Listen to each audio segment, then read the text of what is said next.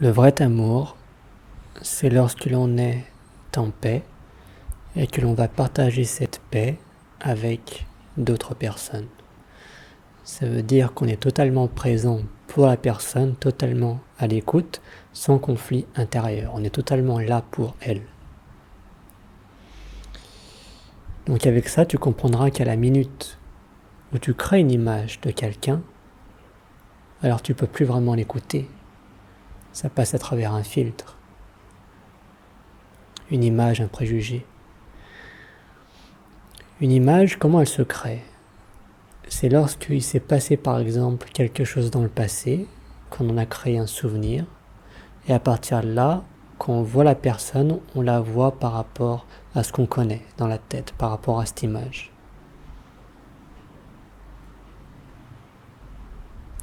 Une image, ça peut être, si on s'intéresse à la psychologie, aux traits de personnalité, c'est qu'après on commence rapidement à reconnaître que telle ou telle personne a la telle ou telle personnalité, et du coup on commence à anticiper son comportement, parce on cerne la personne en quelque sorte. Mais de faire ça, ça crée une anticipation. On se dit, je connais ça, j'ai lu ces traits de personnalité dans un livre et ça y ressemble, donc c'est ça. Dès qu'on anticipe, on est plus présent, on est plus à l'écoute. C'est pour ça que, en quelque sorte, la psychologie, ça nous éloigne de l'amour, ça nous éloigne de l'écoute.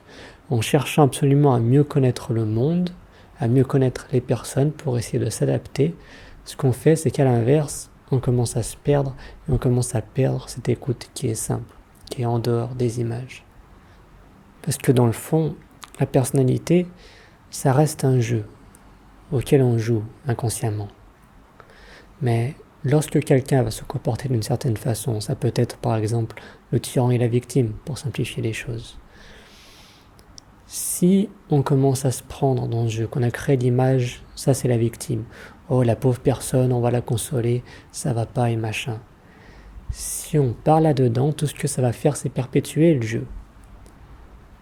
Le jeu est souvent inconscient. Quand on joue la victime, en général, on y croit, hein, mais c'est inconscient, mais ça reste un jeu. Pareil pour le tyran.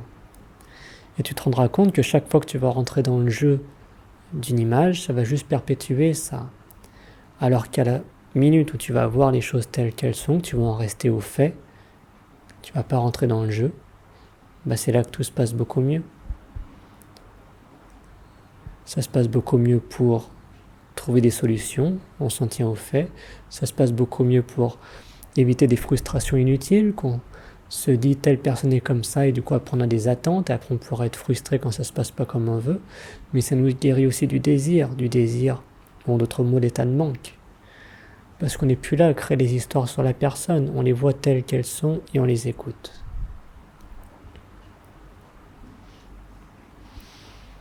Et aussi ce qu'il faut réaliser, c'est que quand tu parles avec quelqu'un, la plus belle chose que tu puisses faire, c'est de la comprendre. C'est en aucun cas de « oh j'ai cerné critère, je vais m'adapter pour que comme ça je pourrais te plaire ». Mais ce jeu c'est de l'agitation en général, après les gens sont repoussés par ça parce qu'ils voient que tu essayes de jouer un jeu, que tu essayes de t'adapter pour eux. Et ça marche pas. Alors que quand il y a une écoute sincère, pas d'image, on écoute la personne sincèrement, honnêtement, là il y a une vraie connexion qui se passe. On est au-delà du jeu.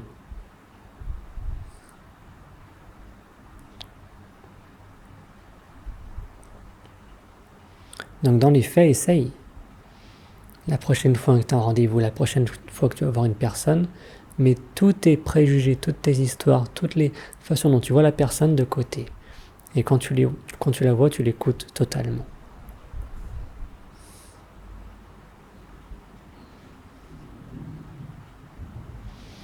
Donc ça, c'est avec les autres. Et après, rappelle-toi qu'envers toi-même, ne va pas te créer d'image, parce que c'est ça qui crée aussi beaucoup de conflits.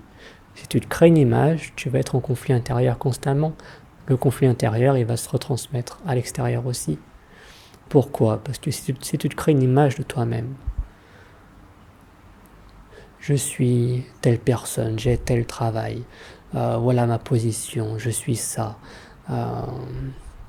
je suis comme ça physiquement, j'ai ce style vestimentaire. Dès qu'on s'attache à tout ça, qu'on s'attache au travail, au compte bancaire, à notre apparence, à toutes ces choses-là, dès qu'on s'attache à quelque chose, une image, alors après on est vulnérable. Après les personnes elles peuvent attaquer cette image. Et après on va essayer de défendre cette image. Et c'est pour ça qu'après les échanges, il n'y a pas d'écoute, on est juste sur la défensive. Alors que si tu n'as pas d'image de toi-même, quelqu'un peut te dire n'importe quoi, peut te juger, peut te mettre dans une case, peut te dire n'importe quoi, tu restes à l'écoute. Parce que tu n'as pas d'image de toi-même, tu restes à l'écoute.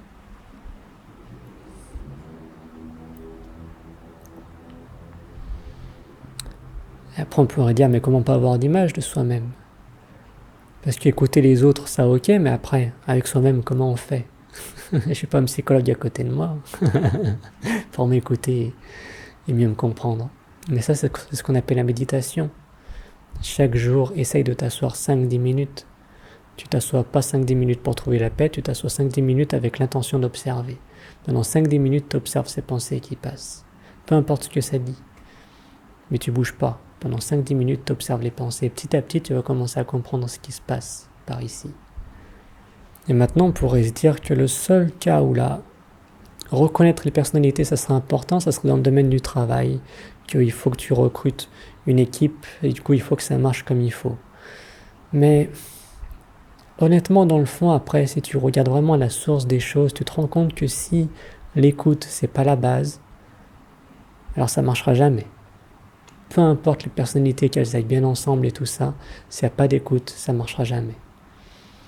Parce qu'on est dans une société où aujourd'hui, tout est super complexe. On est rempli d'anxiété et tout ça, parce que tout repose sur 10 000 choses en même temps. Et s'il y a un manque d'écoute à travers cette vie qui est vraiment complexe, alors ça ne pourra jamais marcher, ça mènera que des conflits tout le temps. C'est pour ça que dans la société où on est aujourd'hui, c'est moins sur le perfectionnisme et c'est plus sur l'écoute. Parce que l'écoute, ça va court-circuiter tout le reste. Si il y a de l'écoute, ça va toujours bien se passer.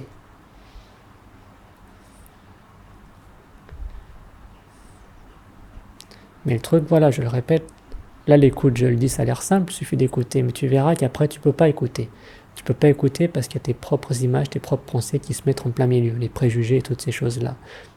C'est pour ça qu'on en revient, avant de changer le monde, change-toi toi-même. Parce que c'est quand tu es en paix avec toi-même que tu peux écouter les autres. Si tu essayes de faire le sauveur qui va aider les autres, qui va les écouter, si tu as l'image du sauveur et tout ça, ça marchera jamais. Il n'y a pas d'image. Tu te connais toi-même, tu as réalisé que tu as la conscience, tu n'es pas ce corps-esprit. Les pensées arrivent, tu sais même pas pourquoi elles arrivent, t'es pas ce corps-esprit, t'as un corps-esprit mais t'es pas ce corps-esprit. Une fois que tu réalises vraiment qui t'es, que t'as cette conscience silencieuse qui est pure paix, c'est quand t'as retouché à ça que t'es en paix, que t'es présent et du coup que t'es aimant. C'est une fois que tu touches à ça que tu peux vraiment écouter. Tu comprendras donc que l'amour, il n'y a pas vraiment de mots. C'est une présence qu'on partage, c'est une écoute totale. Donc c'est pour ça qu'après t'as jamais à te casser la tête à essayer de plaire aux autres. Parce que chaque mot, c'est déjà trop. Si tu crois que l'amour c'est les mots, alors tu vas te casser la tête parce qu'il n'y aura jamais un mot qui sera aussi bien que tu voulais le dire. Et peut-être qu'un jour ce mot ça va marcher, et l'autre jour ça marchera moins bien. Donc ne t'appuie jamais sur les mots et vraiment sur les actions pour catégoriser l'amour. Et du coup, si tu réalises ça, ce qui va se passer, c'est qu'après, c'est ça qui fait que tu es vraiment à l'écoute. Parce que tu n'es pas dans la tête à te dire comment je peux faire pour montrer que j'aime bien cette personne, tu vois, qu'elle ne croit pas que je l'aime pas ou des choses comme ça.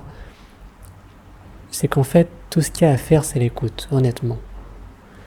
Et même dans des exemples, tu vas dans des magasins et tu les connais, mais aujourd'hui, tu n'as rien envie d'acheter, des choses comme ça, et la pensée pourrait dire « Ah, mais quand même, je devrais peut-être acheter un petit truc comme ça pour faire plaisir. » Mais si tu réalises ça, que tout ce cirque mental, ça c'est pas l'amour.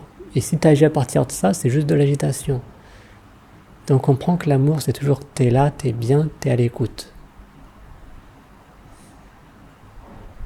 Ça n'empêche pas après d'agir et voilà, de faire tout ça, mais que ça vient toujours de cette paix intérieure. Te casse pas la tête. Honnêtement, si on avait plus de personnes comme ça, qui parlent moins, qui font moins les fanfarons à essayer de plaire et machin, ça ferait beaucoup de bien.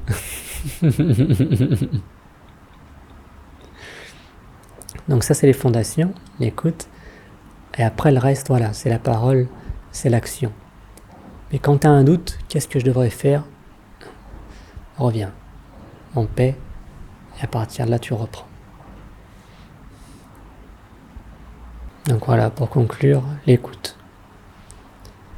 Ça te fera du bien à toi-même, il n'y aura pas tous ces conflits intérieurs, et du coup, ça fera du bien à l'extérieur, qu'il n'y ait pas quelqu'un qui soit là encore à ajouter de l'huile sur le feu, mais qu'il y ait enfin quelqu'un qui soit là pour écouter et qu'on essaye de trouver des solutions ensemble, ou même si c'est pas trouver des solutions, qu'il y ait juste des relations qui soient saines.